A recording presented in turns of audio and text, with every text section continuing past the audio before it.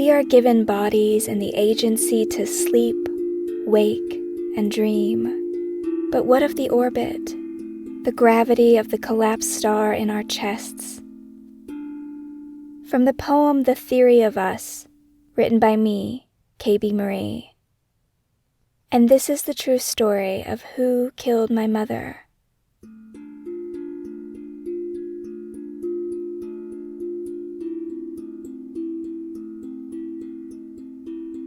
Joe didn't beat my mother to death.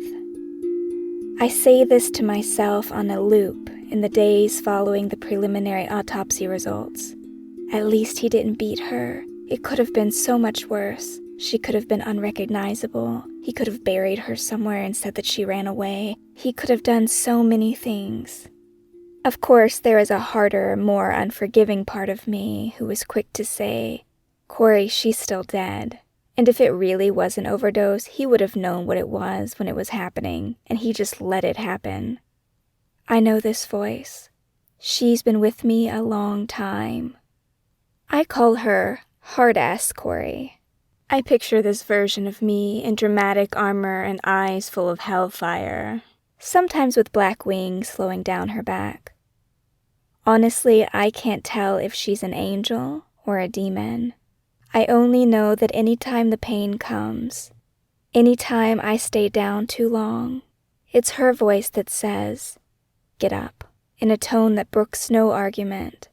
Why am I talking about an imaginary friend? Well, because that is who I'm doing battle with right now.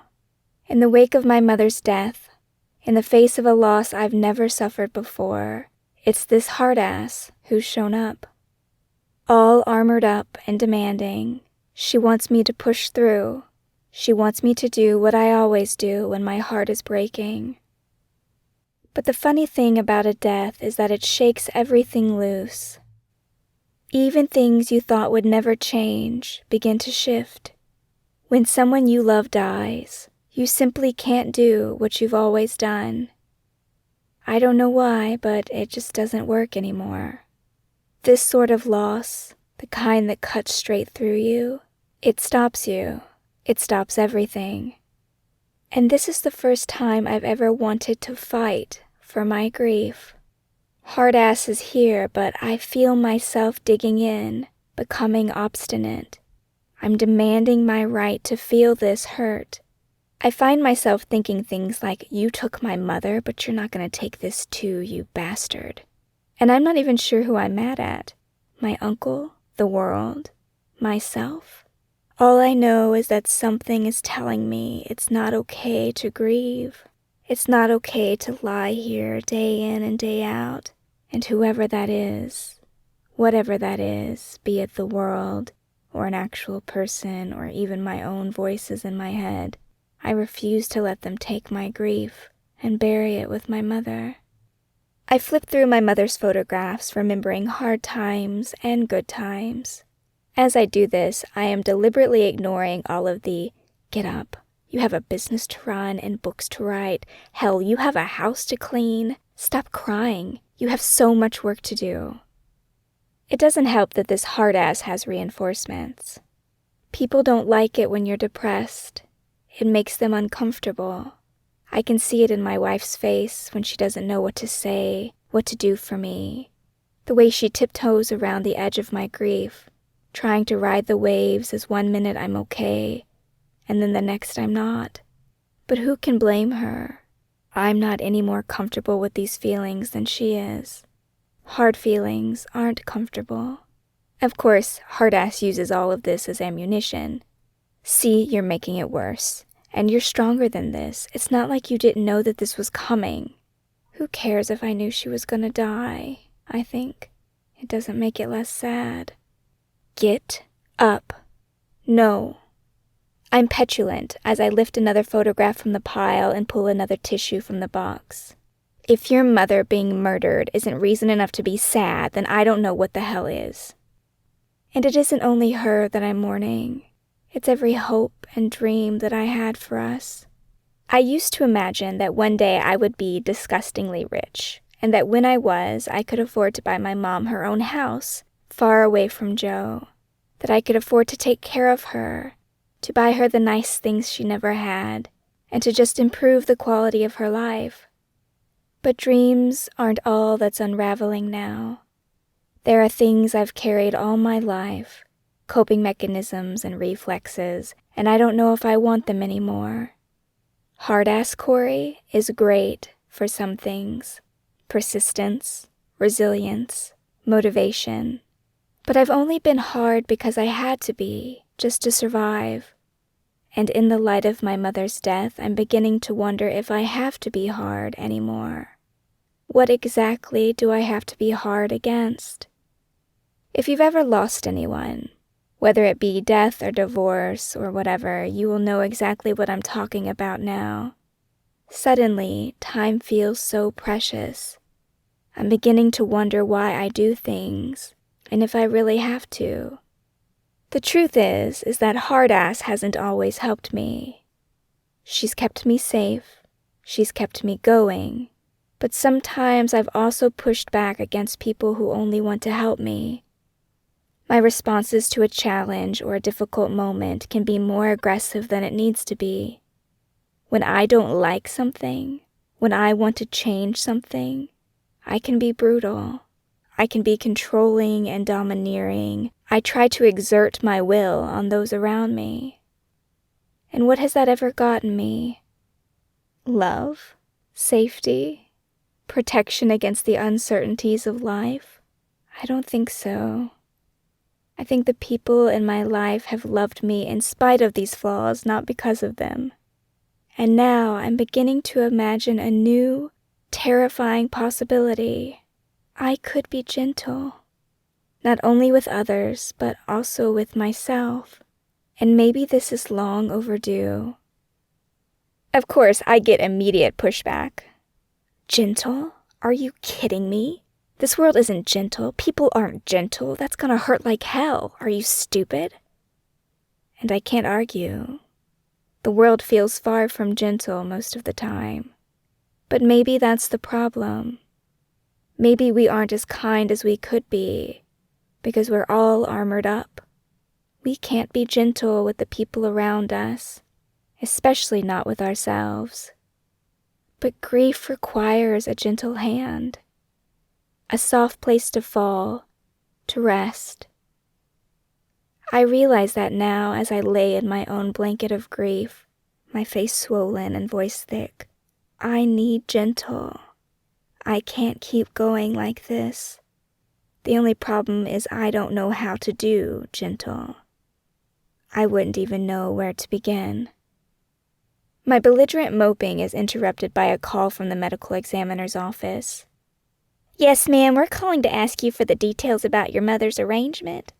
My mother's arrangement. Right. Because there's still the matter of her body. Oh, sorry, I began, not sure exactly what I'm apologizing for. I didn't realize she was ready. God, I sound stupid. Why do I always sound so stupid on the phone? I didn't think that it could be done before the investigation was over. Yes, ma'am, Dr. Wright took all the necessary samples. We have what we'd need. Your mother can be discharged to you at any time. We just don't have the name of the funeral home you'd like to release her to. The funeral home. You might think I'm a moron, but this is actually the first time I realize I'm going to have to make the arrangements for my mother's death. Did you have a funeral home in mind? The woman on the phone asks. No, I don't. I've never buried anyone, and I feel like it's definitely showing. Even when my 2 dogs passed away, the doctors took the bodies away and gave me back the ashes. I hadn't had to do anything. They just called me when it was all finished. I went to the office and they gave me the ashes, disturbingly, in a gift bag. That was it. Do you recommend a particular funeral home or... We aren't allowed to do that, ma'am, she says, but I can send you the list of places that you could call. Do you have any idea how much a cremation costs in Tennessee? I ask. I've heard burials are ridiculously expensive, but I have no idea how much a cremation costs. Despite the hours and hours I've spent Googling how to dispose of a body when writing my fiction, I've never come across anything that could help me now. I feel like this is something we should have learned in school. How to legally dispose of a body. No, ma'am, but I can include the number to social services if you want. If your mother qualifies, they can help you cover the cremation. Oh, yes, thank you. That would be great. Oh, wait, one more thing. Yes, ma'am? My mother had a cross. Would you have that? Would it come in with her clothes or, her personal effects? There's a pause. Let me check on that for you. Silence spreads on the line. While she's gone, I get an email alert and check it. It's the list of funeral homes as well as a number for the social services office. Then the phone clicks. Ma'am, there's no jewelry on the body when it came in. None at all, I ask, my blood icing. No, ma'am, I'm afraid not. I think again of what the detective vaguely referred to as the state of my mother's room on the morning that he found her. When I'd asked for clarification, he'd said it looked like things had been thrown around, that maybe there had been a tussle of some kind. This tracks with Joe's story that they'd had a disagreement about money, though it wasn't like my mother had much of value in that room. She had clothes, her TV, her bed. When Joe had called to tell me my mother passed, he'd offered to send me her belongings. There wasn't much that he could send me. The only possessions I could think of, the books that I had signed and sent to her after publishing them, the stories that were still unpublished that she'd kept for me, things I'd written while in high school, an abundance of photographs. That's it. The possibility that Joe would actually box this stuff up and send it to me was slim. But when he'd offered to do that, I'd asked him about the necklace. The necklace wasn't extravagant. I think it cost me about $150. It's not like it came from Tiffany's. But it was pretty, and she'd worn it every day because she'd been so proud of it. When I asked Joe about this on the morning of her death, telling him to please include it if he sent her things, he said rather sheepishly, "I think I know where that is," then proceeded to describe it perfectly. "I'll look around for it," he said, as if it could be anywhere but my mother's neck, as if she'd ever taken it off. I had assumed that he wouldn't have the chance to take it off her neck since the call ended when the police arrived and he was arrested right after. So when I asked the morgue attendant to double-check if she was brought in with any jewelry, and she tells me no again, I'm left with only one question. Did Joe wait until she stopped breathing to take it off her neck?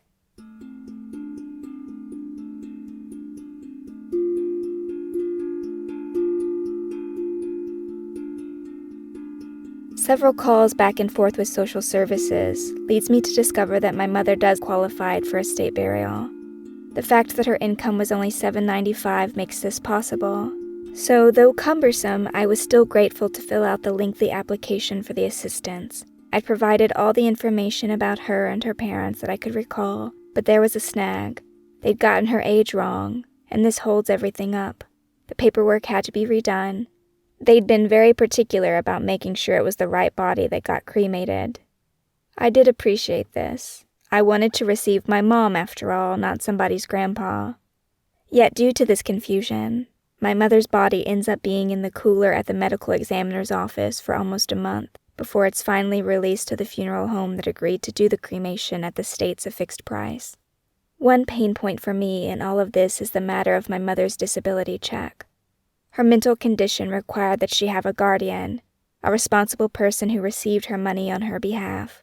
This was my grandmother when she'd been alive, and when she died, the official caregiver had to be reassigned, which apparently they did without fanfare, putting my Uncle Joe in charge of my mother's well-being without so much as a background check.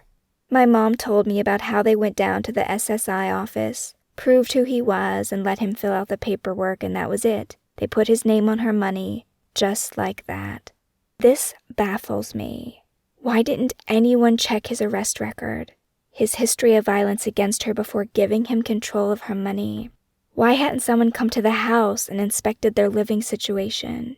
Surely if someone had looked closely, they would have realized it wasn't safe to give a violent addict control of his sister's money, that her housing situation was dire with the unpaid mortgage and utilities. And if someone did check, if they saw his violent history and gave him control of her money anyway, why? Why wasn't my uncle disqualified as a caregiver?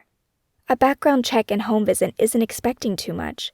I had to do a 10-page application with references and a home visit just to adopt my dog.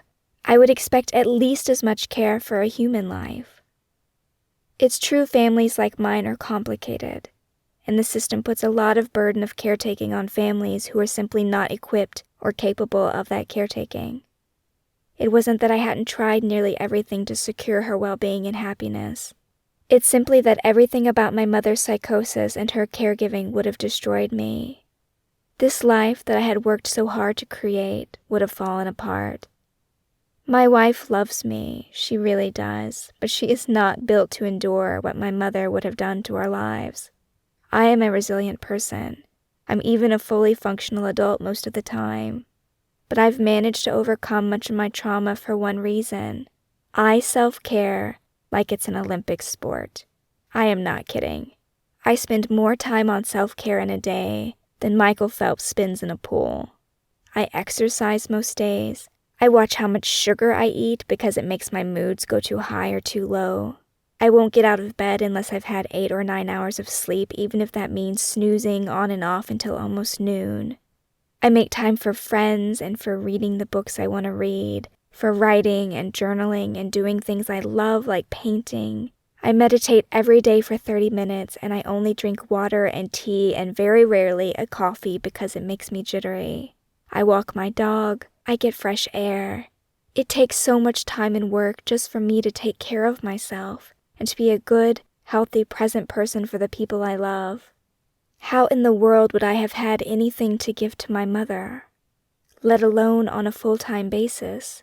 Healing trauma is no joke. It took me 15 years of fighting tooth and nail to get where I am today, in a place where I can take care of myself like this.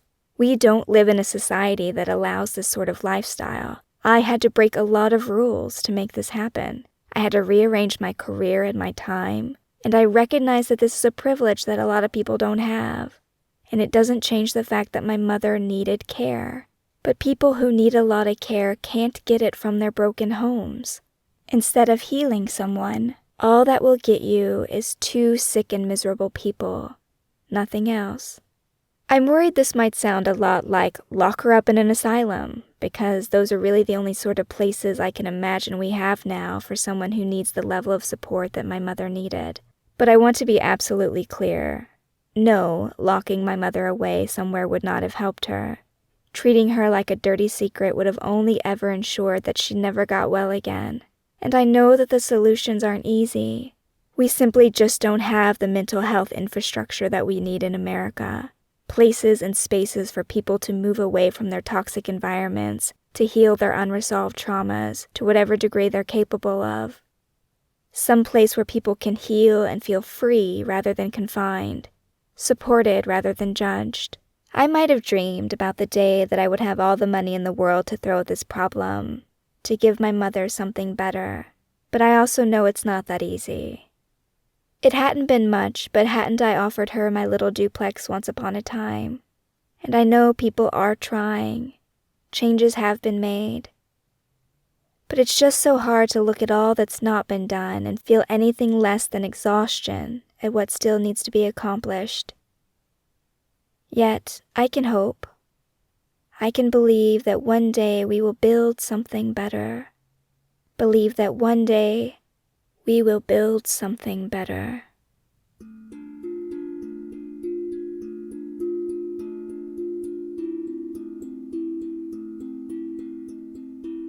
I don't know my mother's full medical record. I don't know what part of her record qualified her for disability. I've been told that she was diagnosed with manic depression by the time I was 7 or 8. If you haven't heard of manic depression, it's because now we call it bipolar disorder. By today's standards, she would be classified as bipolar 1, distinguished from bipolar 2 by her extensive manic episodes. I don't know if this diagnosis was accurate. When discussing it later with a psychologist, she said it sounded more like borderline personality disorder to her, when considering how fast my mother experienced a shift. And Seroquel, one of my mother's medications, is given to people with borderline personality disorder, so it's possible that my mother was re-diagnosed later, after another evaluation, and I simply wasn't updated. Regardless of which diagnosis fits better, I can think of 2 good examples that illustrate my mother's swings. One happened when I was 14, maybe 15. Shay, my mother's girlfriend at the time, was driving her cool green Mustang. She had the bass turned up, and the back seat was rattling. I loved it. My mother was in the passenger seat, singing along with the radio, cracking jokes. My mom could be so funny when she wanted to be. She had a fantastic, sarcastic wit that I loved. On this night, I don't remember about what, but she had us rolling. We had just had dinner, probably McDonald's or Taco Bell, something much fancier than our usual dollar store hamburger helper affair.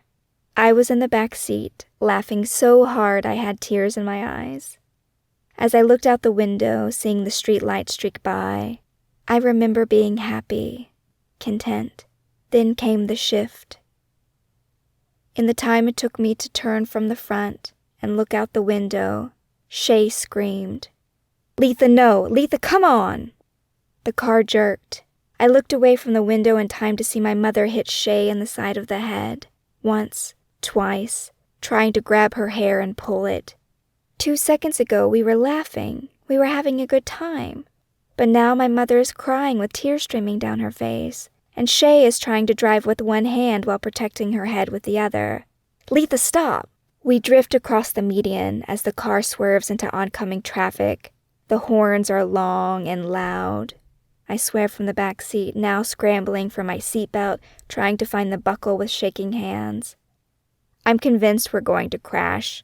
I am convinced we're going to crash, and the alarm bells in my head are yelling in a sort of mock spaceship voice, "Prepare for impact," as Shay slams on the brakes and the car comes to a screeching halt in the middle of the road. The car behind us whips around. More honking. Someone is swearing out the window with their middle finger in the air. I give up on trying to get my seatbelt buckled, and instead reach around the seat, trying to grab my mother and pin her with my clasped hands. At first she resists, until I say, "Mom, no, stop it, just stop." And she does. She stops. She goes soft against the seat while I whisper, "It's okay, Mom, it's okay, just breathe." Shay manages to get us onto the shoulder before we're killed. No one hits us. And I hold on to my mom.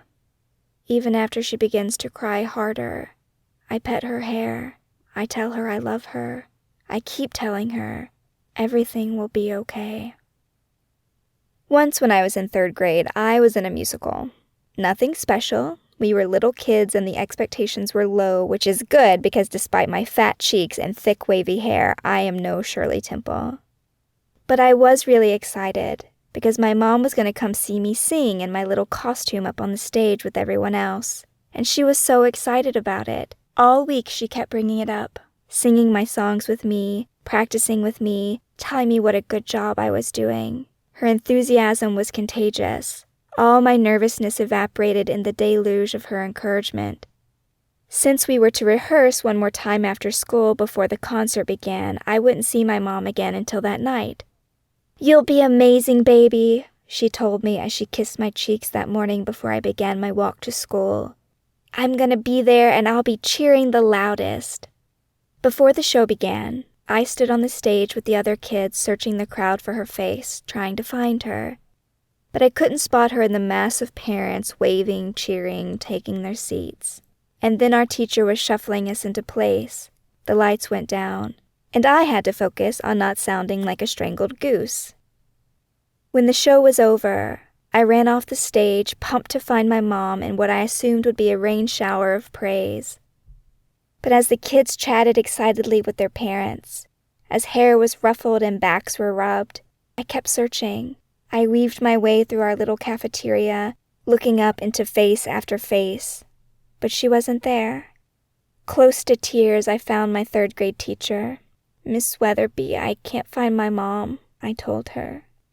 She took my hand. "Let's go look outside, sweetie. Some of the parents are outside smoking." But my mother wasn't outside with the smokers. In fact, after all the parents cleared out, and it was almost 9 o'clock, my mother still hadn't shown. The police arrived first, in front of the makeshift stage with papier-mâché decorations and collected me. They tried to assure me that they were looking for my mom, not to worry, that I was safe, but I said nothing. After the police car rolled up outside our little 2-bedroom trailer that we had shared with Shay, they found the house locked, the windows dark. I said nothing, standing on the porch in the cold as they broke in and let me get ready for bed. The officers in their uniforms stood large and awkward in my living room as I brushed my teeth, my hair, changed into my pajamas, throwing my book bag on the floor, homework forgotten. Then I climbed onto the couch, and I waited. As the hours passed, they kept insisting that I could go to bed, that I could sleep, but I couldn't possibly. It was almost midnight when my tummy rumbled, and one of the officers looked at me and said, "Honey, did you even eat dinner?" The police stayed with me until Shay got off work and could come home and be with me. But my mother was harder to track down. They did eventually find her car in a ditch, 45 miles from our home. My mother had pulled off the road and passed out. She had been drunk. Her mood had turned. The mania that I had basked in that morning had swung into depression again. Sometimes it did this on its own. Sometimes when a pill wore off or she'd begun to drink. And that's what had happened that night. As I was singing my first song, on the stage with glitter on my cheeks and an oversized scrunchie in my hair, my mother had gotten behind the wheel, begun driving, trying to put as much distance between herself and her life as she could.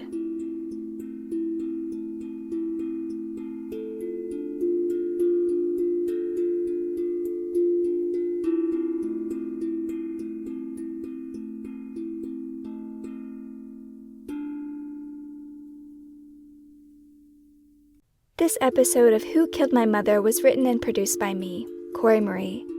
The music was also written and produced by me. You can learn more about my work by visiting www.kbmarie.com. If you'd like, you can support the show on Patreon. For $5 a month, patrons get early access to the podcast episodes, ad-free, as well as an exclusive patrons-only bonus episode each month. You can find the show at www.patreon.com, that's patreon.com/kbmarie. It takes a lot of time and energy to produce a podcast, and your support would be a tremendous help. Not to mention it lets me know that you enjoy the show and you want it to continue. If you can't support the show financially, that's okay. There's still a lot that you can do. You can subscribe to this YouTube channel, leave a comment below, and recommend the show to your friends. I would be so grateful if you did. And as always, thank you for listening.